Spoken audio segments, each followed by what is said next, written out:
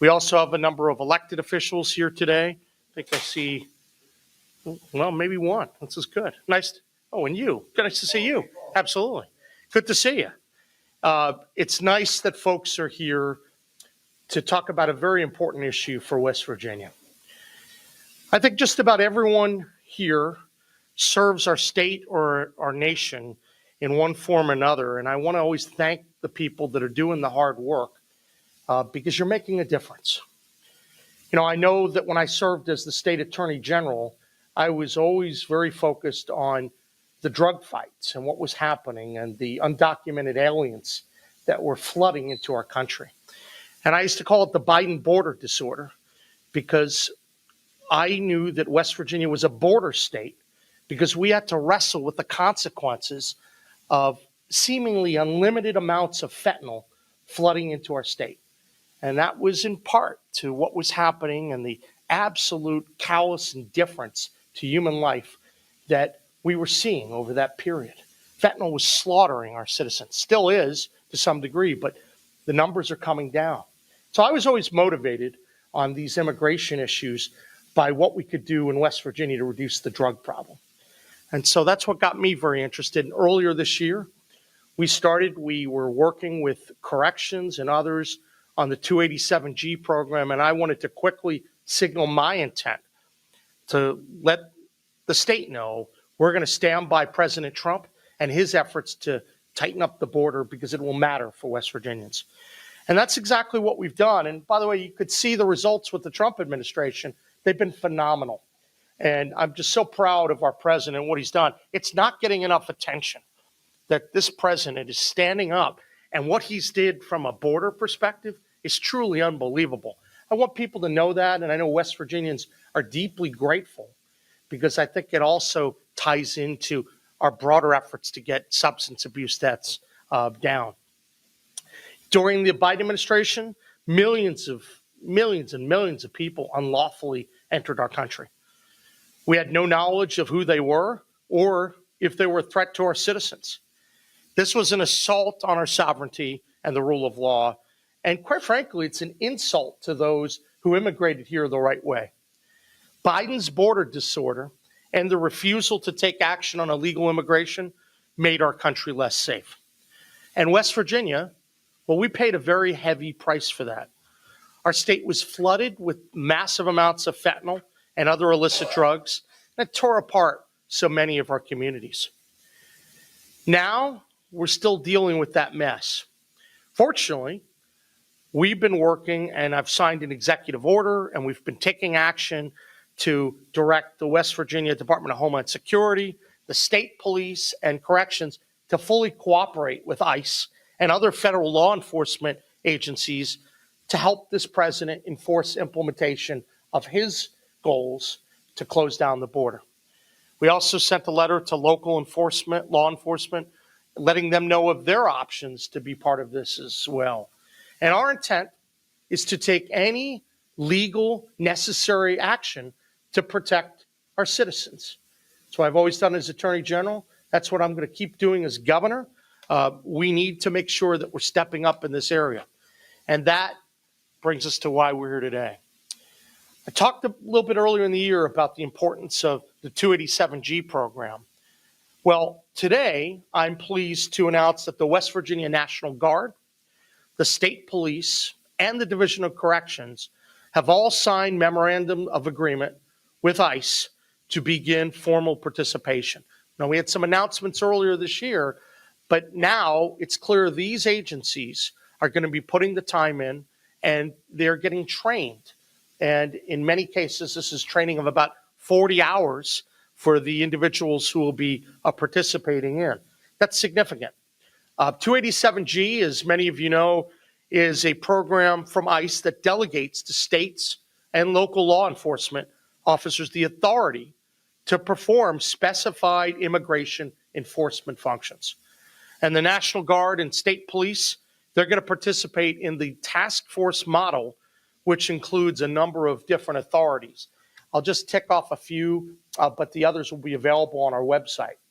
This gives them the ability to interrogate any alien or person believed to be an alien as to his right to remain in the United States, to process for violations those individuals who've been arrested for state and federal criminal offenses. And then there are a number of other areas to arrest without warrant for felonies which have been committed and which are cognizable under any law of the United States regulating admission, exclusion, or removal of aliens if the officer had a reason to believe that a violation of law occurred. And there are a number of other tasks as well that are very important. And what's happening here is that the local and state authorities were going to be working very closely with ICE in order to make a huge difference in helping this president achieve his goals and helping our citizens, quite frankly, feel safer in their communities. That's what it's all about. If you remember from some of my previous press conferences early in the year, West Virginia had a number of illegal aliens that were detained at our state correction facilities. Back in February, we would count about 60 to 70 on any given day, and that number fluctuates hour to hour on a daily basis. As of 9 o'clock this morning, West Virginia has 88 illegal aliens in its custody.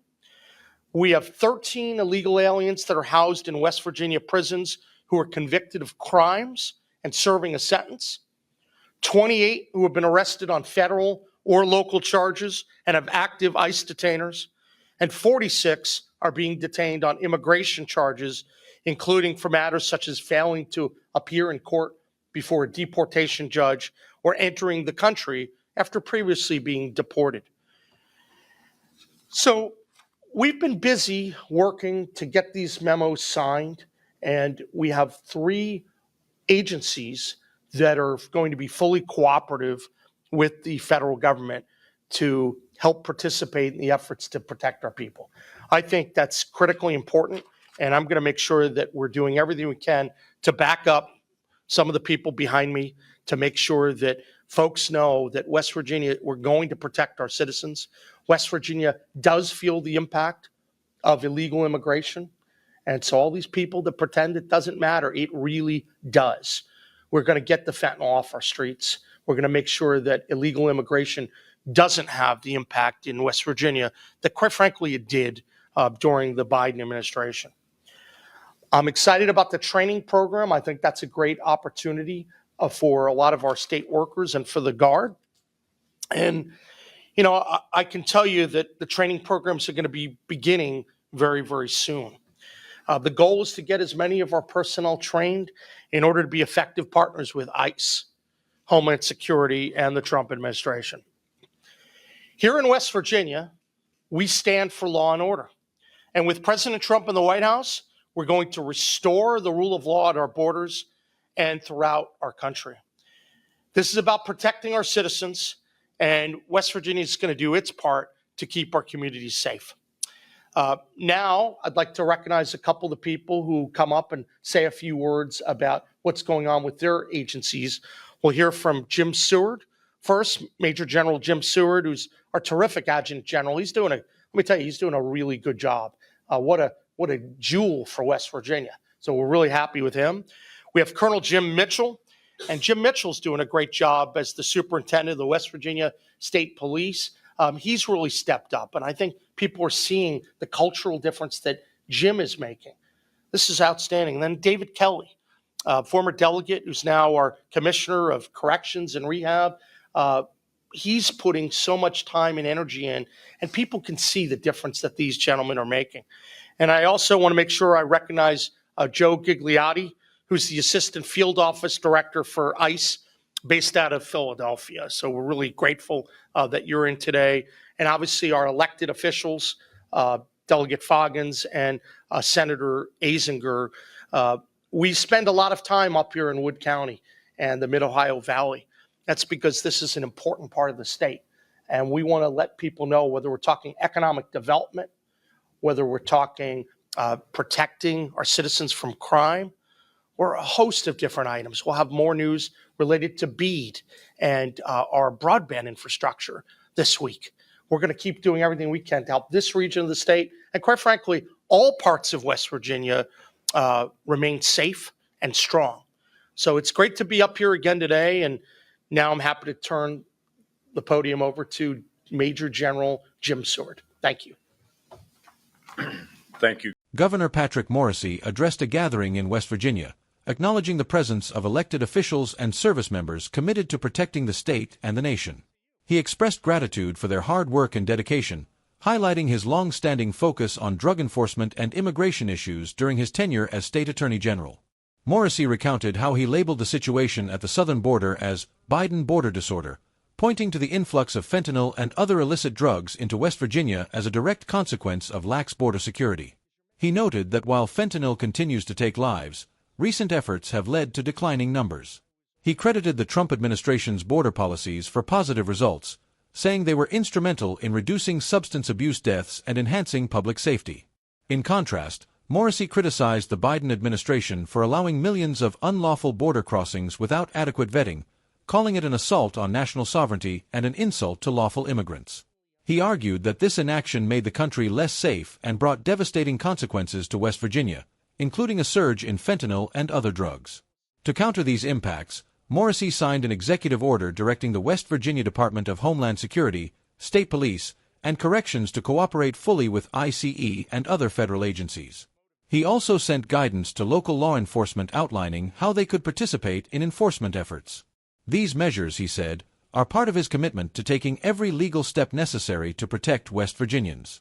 Morrisey announced that the West Virginia National Guard, State Police, and Division of Corrections had signed agreements with ICE to join the 287G program, which grants certain immigration enforcement powers to state and local officers.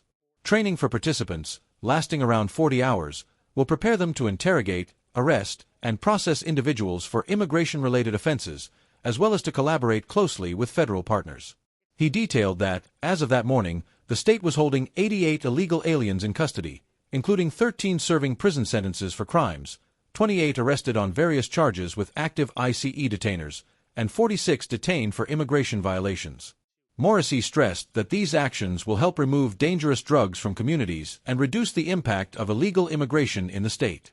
The governor praised the leadership of Major General Jim Seward of the West Virginia National Guard, Colonel Jim Mitchell of the State Police, and David Kelly, Commissioner of Corrections and Rehabilitation, for their roles in implementing these initiatives. He also recognized ICE officials and state legislators in attendance. Concluding his remarks, Morrisey reaffirmed West Virginia's commitment to law and order and pledged ongoing efforts to keep communities safe through strong partnerships with federal enforcement agencies and continued investment in public safety infrastructure.